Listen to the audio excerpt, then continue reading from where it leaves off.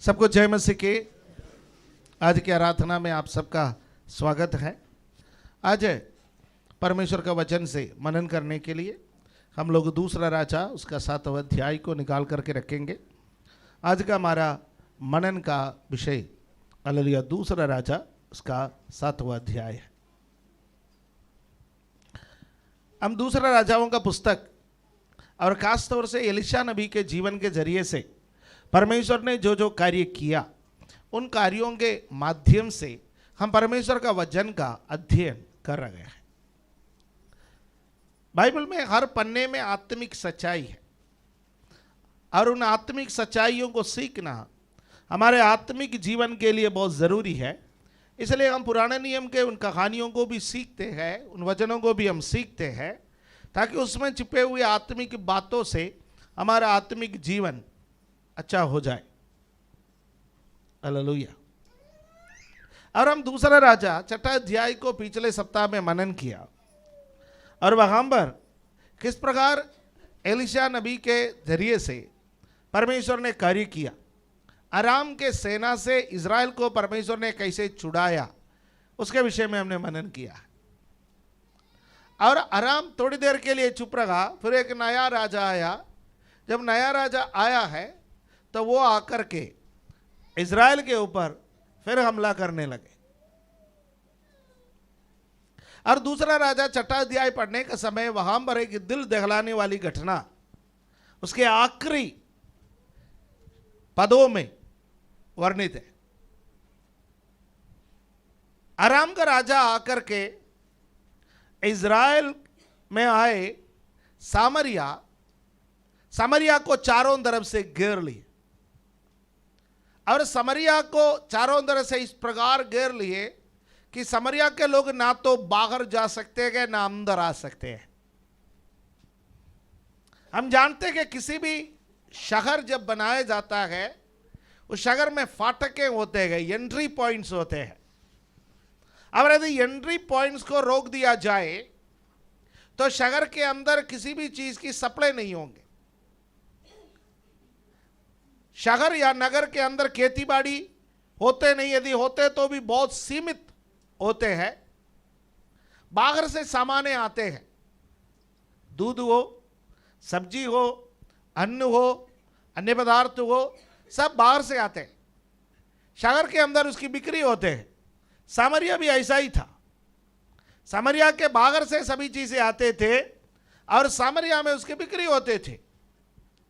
और जब अराम के राजा आकर के उसके चारों तरफ उसकी नाकेबंदी की, उस वक्त कोई भी सामान अंदर आने के लिए उसने रोक दी।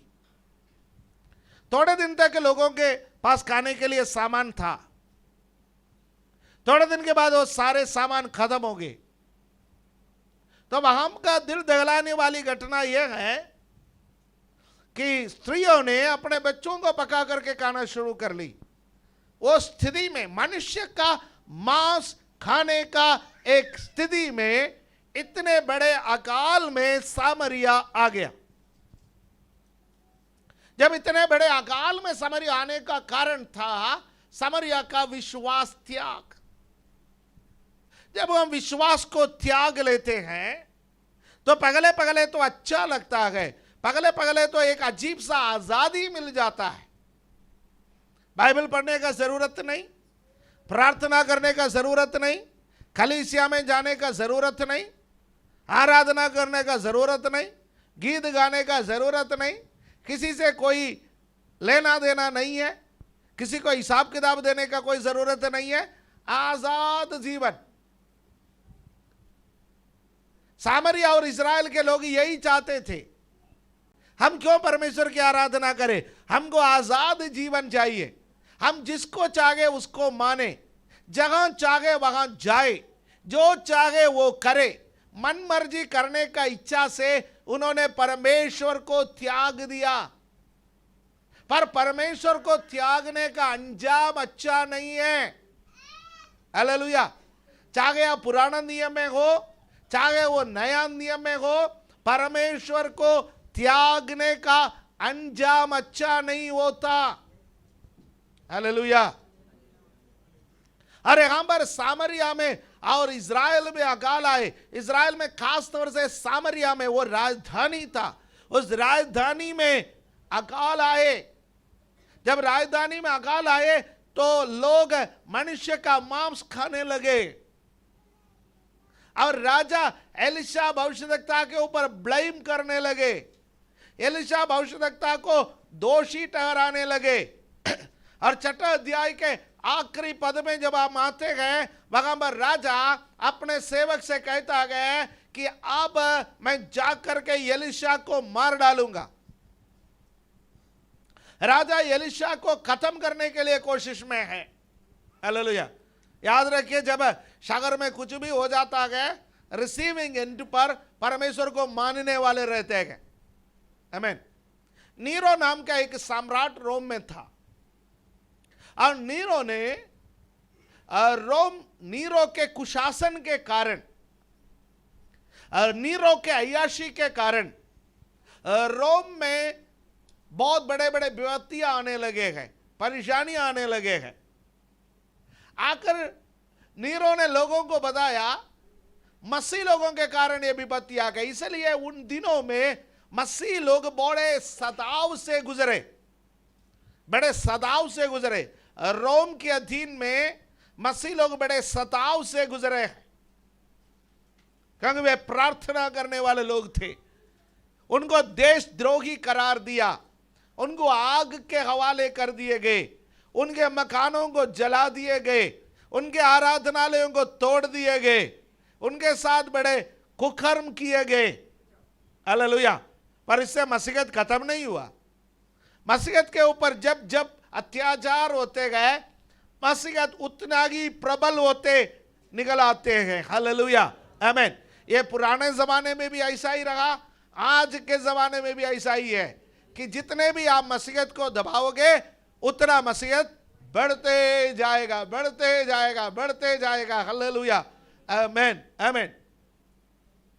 क्योंकि ये किसी मनुष्य के द्वारा स्थापित बात नहीं है, ये मसीहत, ये मार्ग परमेश्वर ने खोला है। हालेलुया। प्रभु यीशु मसीह ने कहा, मैं अपनी कलीसिया को बनाऊंगा, अधोलोक के फाटक उस पर कभी प्रबल नहीं होंगे। यहां पर जब देश में विपत्ति आया, आसान है परमेश्वर के दास के ऊपर दोष लगाए, परमेश्वर के लोगों के ऊपर दोष लगाए और राजा एलिशा को मारने के लिए आए। एलिशा अपने प्रार्थना के स्थान पर बैठे हुए थे, उसके साथ लोग बैठे हुए थे। हालेलुया। आमीन। इज़राइल के प्रधानों के साथ वो बैठे हैं, पुरानियों के साथ वो बैठे हैं। और एलिशा ने उन लोगों से कहा है कि वो जो हत्यारा है, वो राजा है, वो मेरी हत्या करने के लिए आ रहे गए, तुम लोग उसको रास्ते पर रोक देना, इतना ज्यादा उतावले में आने के लिए नहीं देना। तो राजा का दूत, राजा का सेवक एलिशा के पास जैसे ही आया तो पुरानियों ने उनको रोक दिया, बाहर ही रोक दी। और राजा भी पहुंचे, राजा पहुंच करके एलिशा के ऊपर वहां पर दोष लगा रखा है कि आज ये जो हालत हो रखा है, यह अकाल हो रखा है, देश की स्थिति हो रखा है, इसके जिम्मेवार परमेश्वर है। और उस परमेश्वर की आराधना क्यों करें? हालेलुया। नास्तिक स्थिति में ये राजा पहुंच गया है। ये राजा कह रहा है जो कुछ भी हो रहा है उसके जिम्मेवार परमेश्वर है। हालेलुया। आमीन। मैं आपको बता दूं, हम जब पाप करते गए, पाप के कारण इस संसार में सारे विपत्ति आते हैं। हालेलुया। परमेश्वर ने बीमारी का एक संसार को नहीं बनाया, परमेश्वर ने दुख का एक संसार को नहीं बनाया, परमेश्वर ने गड़बड़ी के एक संसार को नहीं बनाया। जो कुछ भी उत्पत्ति का पुस्तक में परमेश्वर ने बनाया, उसको देखकर परमेश्वर ने कहा अच्छा है।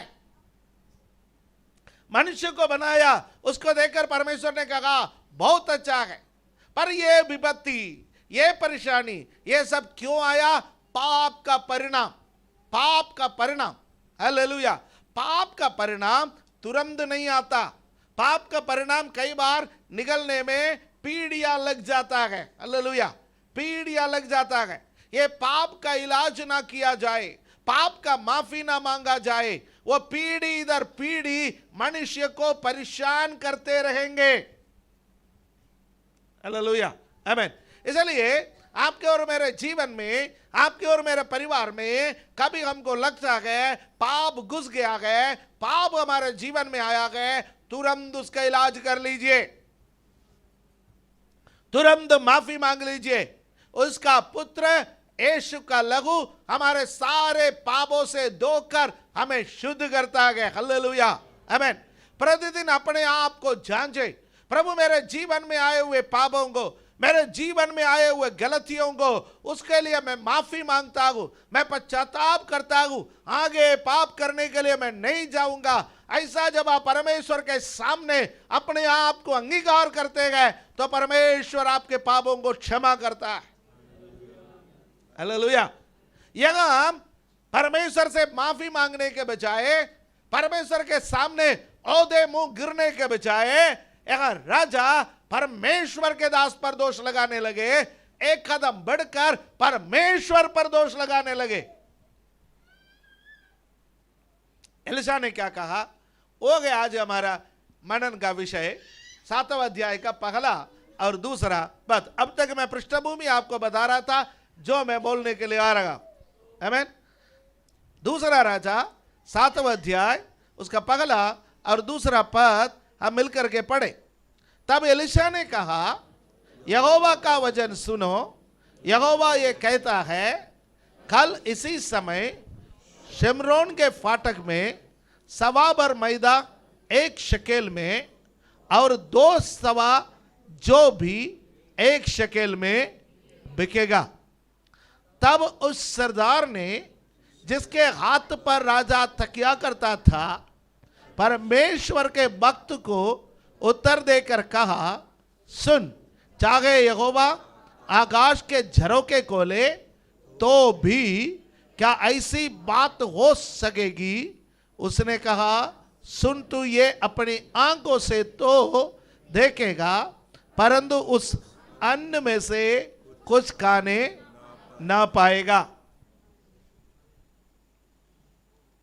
जब राजा एलिशा पर गुस्सा हो रहा था, परमेश्वर पर दोष लगा रहा था, परमेश्वर का वचन एलिशा के पास आया और एलिशा ने कहा, कल तुम चमत्कार को देखोगे, कल तुम चमत्कार को देखोगे। हालेलुया, आमीन। नया नियम में एक वचन है, तो यूहन्ना के सुसमाचार उसके 11वें अध्याय में प्रभु यीशु मसीह ने कहा, हालेलुया, अगर तू विश्वास करोगे तो परमेश्वर की महिमा को देखोगे। विश्वास करने वालों के लिए कुछ भी असंभव नहीं है। हालेलुया। यहां पर एलिशा एक विश्वास के बाद कहा, वो विश्वास के बाद था, आज की स्थिति कल बदल जाएगा। आमीन। कितने लोग इस बात पर विश्वास करते हैं, मेरा आज का स्थिति कल बदल जाएंगे। हालेलुया। आज मैं कर्जे में हूं, मेरा कर्जा कल बदल जाएगा। आज मैं बीमारी में हूं, मेरा बीमारी कल बदल जाएगा। हालेलुया। मेरे परिवार आज पाप में जी रहे गए, मेरे परिवार कल उद्धार में आएंगे। मेरे बच्चे आज हालेलुया पाप में जी रहे गए, कल मेरे बच्चे प्रभु को ग्रहण करेंगे, मेरे स्थिति में परिवर्तन आएगा। ऐसे विश्वास करने वाले लोगों के लिए मैं प्रभु का धन्यवाद करता हूं। हालेलुया, आमीन। कई बार हमारा बुद्धि और हमारी युक्ति हमसे कहते गए, हमारा पढ़ाई और हमारा शिक्षा हमसे कहते गए, ये सच नहीं है, ये कैसा होगा। हालेलुया, आमीन। जाम हटेगा, ट्रक आने में टाइम लगेगा, अनाज आने में टाइम लगेगा, बाकी चीजें आने में टाइम लगेगा, ये कैसा संभव होगा। कल सुबह हालेलुया सामरिया का फाटक में अन्न कौन लेकर के आएगा, कहां से आएगा। देश अकाल में चल रहा है, सब गड़बड़ी में चल रहा है, चारों तरफ आराम की सेना चावनी डाले हुए गए। हालेलुया। इसलिए आमीन, जब एलिशा ने कहा है कि कल सामरिया के फाटक पर सस्ते दामों पर अनाज बिकेगा, तो उस राजा के सेवक ने कहा, राजा के सरदार था वो, राजा के संग संग चलने वाला व्यक्ति था, उसने कहा यदि यहोवा आकाश के झरों के खोलेंगे तो भी यह संभव नहीं होगा। हालेलुया, आमीन। एलिशा जरा मुस्कुराया और हंसते हुए उसे कहा, भाई सुन, तू देख तो लेगा पर खा ना पाएगा। कुछ लोग ऐसा है, जब आप परमेश्वर पर विश्वास करोगे, आप देख तो लोगे पर आप अनुभव नहीं कर पाओगे। इसलिए परमेश्वर पर विश्वास कर लीजिएगा। हालेलुया, परमेश्वर कुछ भी कर सकता है।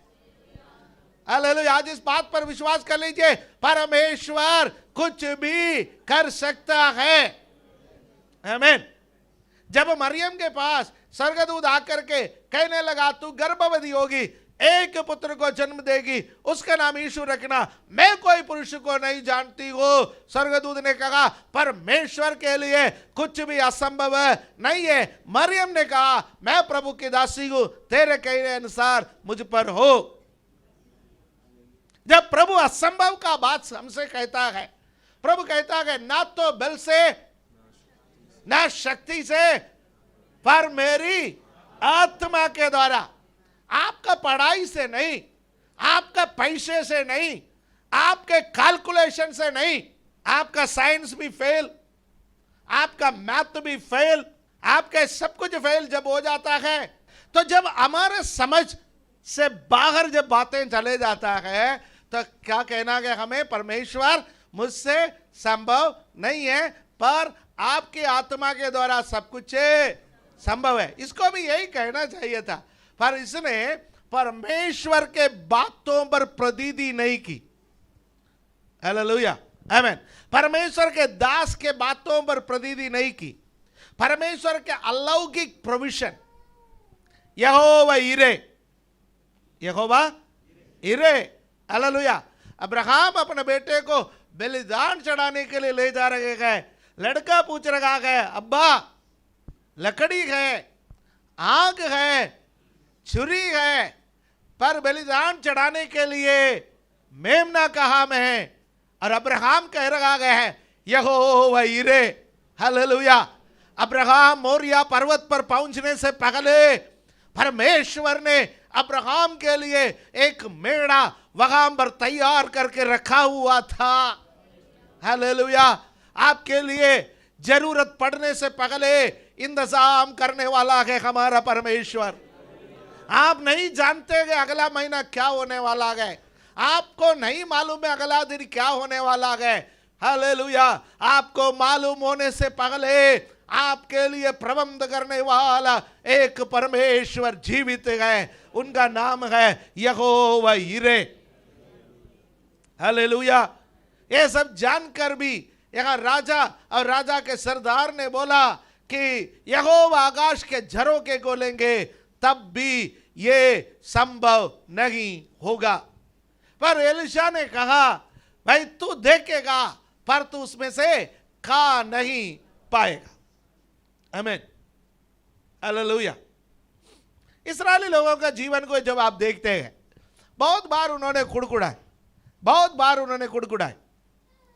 जब मिस्र से वे लोग निकल करके लाल समुद्र के पास आए, लाल समुद्र के पास परमेश्वर उनके लिए कैसा प्रोविजन किया कि वे लोग चाहते थे कि हम वापस जाए, फिरौन के पैरों पर गिरे और कहे हमसे गलती हो गया, हम फिर से आपका गुलाम बनेंगे, फिर से हम आपके लिए काम करेंगे तो जीवित रह पाएंगे। क्योंकि लाल समुद्र के पास जब आए, दोनों तरफ पहाड़ थे और वे वो पहाड़ पर चढ़ नहीं सकते थे, और पीछे फिरौन की सेना और आगे लाल समुद्र, उनके लिए कुछ भी करना मुश्किल था, बचना मुश्किल था। उनके लिए एक ही रास्ता उनका दिमाग में आया था कि वो क्या था, वापस जाए फिरौन के सामने घुटना टेके। पर परमेश्वर ने ऐसे एक स्थान से उनके लिए रास्ता निकाला जिस मार्ग को उन्होंने कभी स्वप्न में भी नहीं सोचा था। हालेलुया। उन्होंने कभी स्वप्न में भी नहीं सोचा कि परमेश्वर लाल समुद्र को पार करने के लिए लाल समुद्र को सुखा देंगे, लाल समुद्र को फाड़ेंगे, लाल समुद्र को विभाजित करके उनके बीच में से मार्ग निकालेंगे। ये उन्होंने कभी नहीं सोचा। हालेलुया। मेरे प्यारे भाइयों बहनों, मैं आपसे कहूं कि जो हम नहीं सोच सकते गए वहीं से मार्ग निकालने वाला है परमेश्वर। यहां पर भी ऐसा ही घटना हुआ, ऐसा ही घटना हुआ। आमीन। आगे मैं कहानी के रूप में पढ़ रहा हूं, बाद में आप घर जाके पढ़ लीजिएगा। 4 कोढ़ी बैठे हुए थे, 4 कोढ़ी। ये 4 कोढ़ी बैठे हुए थे। ये आपस में कहने लगे, अच्छे लोगों को खाने को नहीं मिलता, फिर हमको कहां से मिलेगा। ये कोढ़ियों को कोई काम पर नहीं बुलाता, इनके पास कोई पैसा रहता नहीं। जो अच्छे लोग खाते गए उसमें से जो बचे कुछ हिस्से होता है यही लोग खाते हैं, या ये लोगों के रहम पर जीने वाले लोग हैं। कहीं शादी हुआ हो जाता है, उसमें से बेच जाता है, वो शहर के बागर लेकर के आता है, वही उनको खाने को मिलता है। या लोग जो दान देता है उसी से ये लोग खाते हैं। अब अच्छे लोगों को खाने को नहीं है, हमको खाने को कहां से मिलेगा। और ये फाटक पर बैठे, कुछ मिलेगा सोच करके। इनको शहर के अंदर जाने की इजाजत नहीं है। शहर के अंदर कोढ़ी प्रवेश करेंगे, लोग पत्थर मार के इनको मार डालेंगे। अरे ये सोचने लगा, इज़राइल में तो अकाल पड़ा है, हम आराम के या सीरिया के छावनी में डालेंगे, छावनी में जाएंगे, वहां जाकर के देखेंगे, वहां के सिपाही लोग खाने के बाद कुछ ना कुछ तो इधर उधर डाल रखे होंगे, उस बचे कुछ चीजों को खाकर भी गुजारा करेंगे। भैया मरना तो दोनों तरह से। इज़राइल के फाटक पर बैठे रहेंगे, भूख से मरेंगे। ज्यादा से ज्यादा क्या होगा, आराम के लोग हमको तलवार से मार डालेंगे, ऐसा मर जाएंगे। दोनों तरफ से मरना तो पक्का है, निश्चित है। वे आराम की तरफ जाने लगे। आराम के छावनी के पास जब पहुंचे तो वहां पर कोई भी आवाज नहीं है, कोई भी आवाज नहीं है। चुपचाप एक छावनी में, वो एक तंबू में घुस करके देखे तो कोई नहीं। टेबल पर खाना सजा हुआ है, पर खाया नहीं है किसी ने।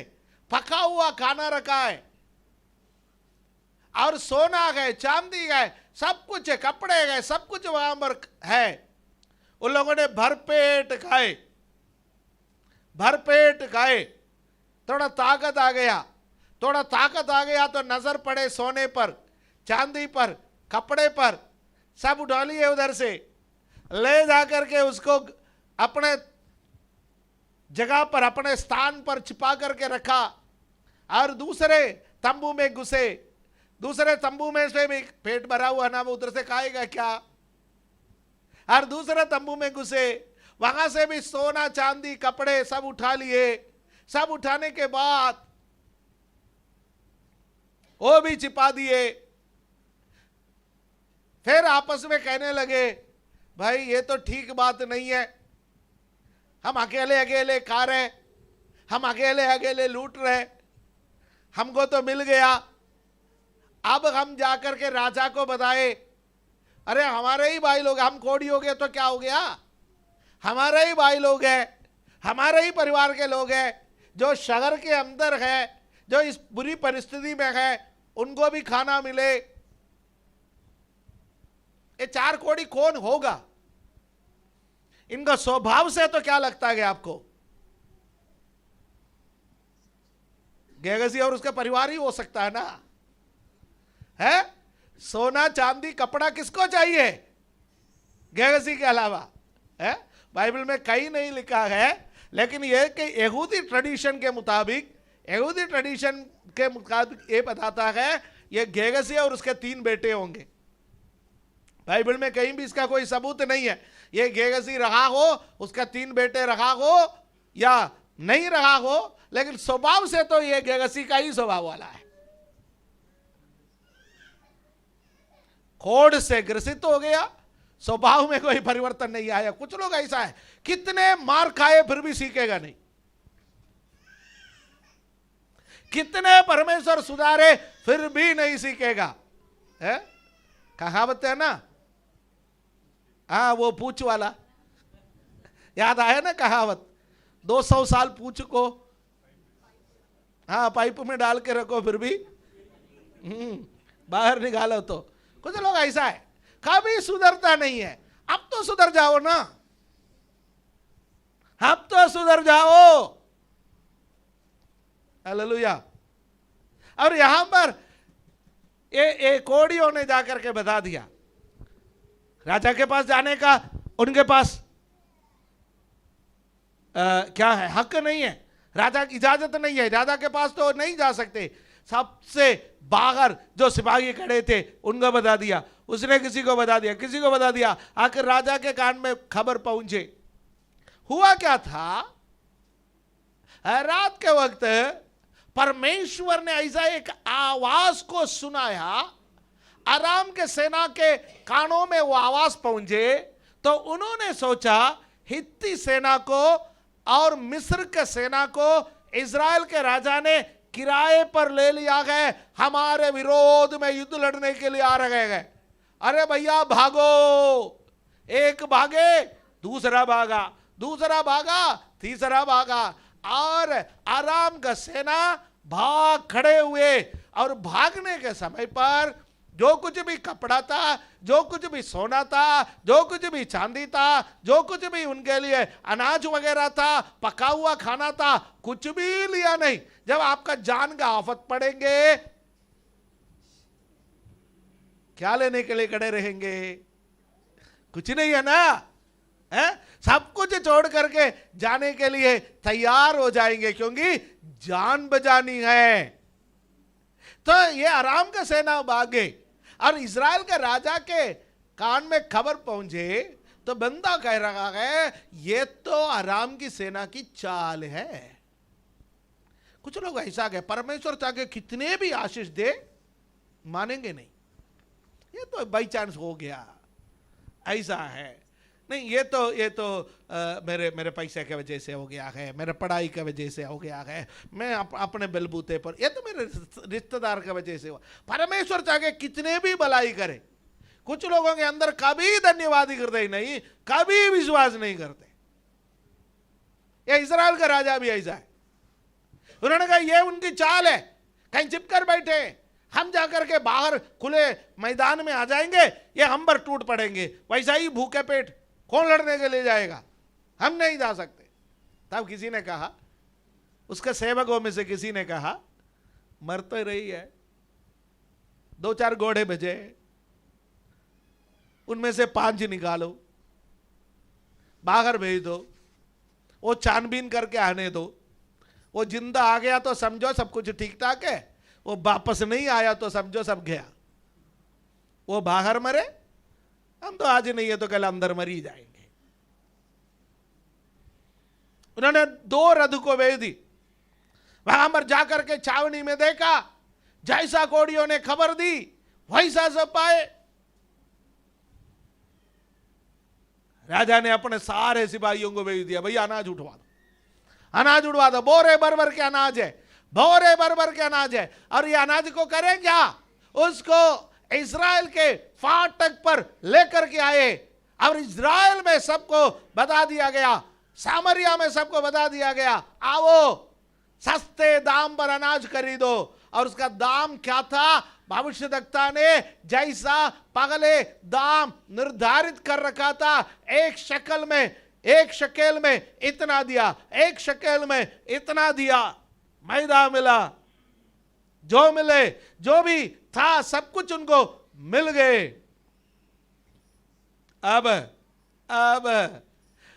लोग कितने दिन से भूखे हैं, कोई बोरा लेकर आ रहा है, कोई खनस्तर लेकर के आ रहा है, कोई कपड़ा लेकर के आ रहा है, सब लाइन में आओ, सब लाइन में आओ, लाइन का कंट्रोल कौन कर रहा है? राजा ने अपना सरदार उनको बोल दिया, भाई सुन, तू ही कंट्रोल कर लेना सारे बातों को। सब कंट्रोल करने लगे। वो आगे खड़ा हो गया। जब भीड़ आगे, भीड़ आगे, भीड़ आगे है, बंदे कहा रुक जाओ रुक जाओ रुक जाओ। अरे भैया कौन रुकने वाला है? कोरोना में ना रुका, बैरिकेड लगा दी है। आनंद विहार और कोसांबी, वो बॉर्डर, इधर उधर का बॉर्डर, बाकी सीमाओं, कौन पुलिस वाले क्या कर सकता है? जब आदमी का दिमाग खराब हो जाता ना, फिर कोई नहीं रोक पाता है, फिर सब साइड हो जाता है। यहां दिमाग खराब हो गया सबका। अरे खाना है, हमको देख क्यों नहीं रखा है? अनाज है, हमको देख क्यों नहीं रखा है? भाई तुम हट, वो हटना ही नहीं। सब उसका ऊपर से चल करके चला गया। बंदा पापड़ बन गया। सपने पैर रखे रखे रखे रखे स्टैम्पेड में, भीड़ में वो मर गया। भविष्यवक्ता ने क्या बोला? तो देखेगा पर खाएगा नहीं। हमारा हालत ऐसा ना हो। हमारा हालत ऐसा ना होने के लिए क्या करना पड़ेगा? क्या करना पड़ेगा? हम विश्वास करना पड़ेगा। क्या विश्वास करना है? परमेश्वर ने अपने वचन में जो भी बातें कहा है उसको ऐसा ही विश्वास करो। वो आपका बुद्धि में आता है या ना आता है, ऐसा ही विश्वास करो।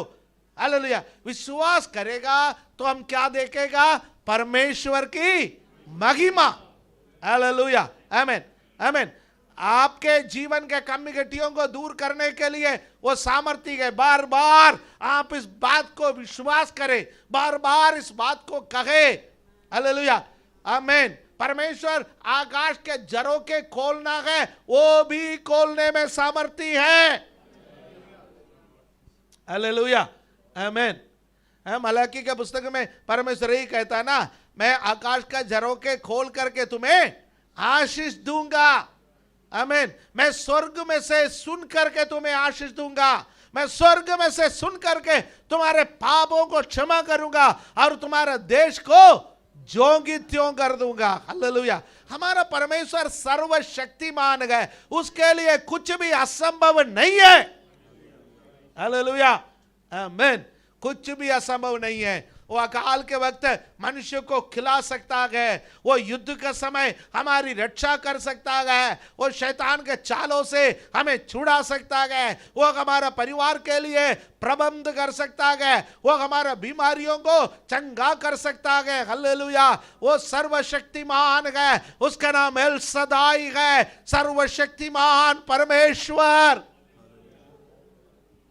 हालेलुया, आमीन। आज उस परमेश्वर के सामने हम अपने आप को समर्पण करें, हमारे आंखों को बंद करें। हालेलुया। हमारे हाथों को उठा करके हम कहें, प्रभु पिछले दिनों में कितने बार मैंने अविश्वास किया, मेरे अविश्वास को क्षमा कर, मेरे अविश्वास को क्षमा कर। जिस प्रकार आप सामरियों के लिए, हालेलुया, सामरी में रहने वाले इस्राएलियों के लिए, समरिया के लिए परमेश्वर आपने अद्भुत कार्य किया, आपने चमत्कार किया,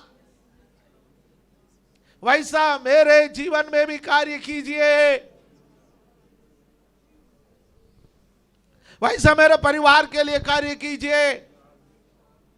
आपका अलौकिक प्रोविजन मेरे लिए खोल दीजिए, आपका स्वर्गीय भंडार मेरे लिए खोल दीजिए। ओ रामाना बाना बाना बाना बा शौडा राबा राबा राबा राबा। मेरा हालत ये है प्रभु, मेरे हालत ये है प्रभु, मेरे हालत ये है प्रभु, मेरे हालत ये है प्रभु। ओ रामाना बाना बाना बाना बाना बा।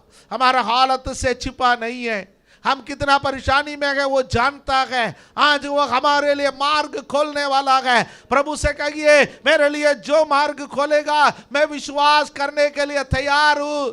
मेरे लिए आपका अलौकिक प्रोविजन के लिए मैं विश्वास करने के लिए तैयार हूं। प्रभु जी, पिछले दिनों में मैंने नकारात्मक बातें कहे, पिछले दिनों में मैंने अविश्वास के बातें कहे, मेरे अविश्वास को क्षमा कर लीजिए पिता। रीमाना शखाना मामा मामा। हरिगाला बारा बाला बारा बा, विश्वास करते हुए आपके महिमा को देखने के लिए, विश्वास करते हुए आपके हालेलुया हालेलुया प्रबंध को देखने के लिए आप मेरी सहायता कर लीजिए।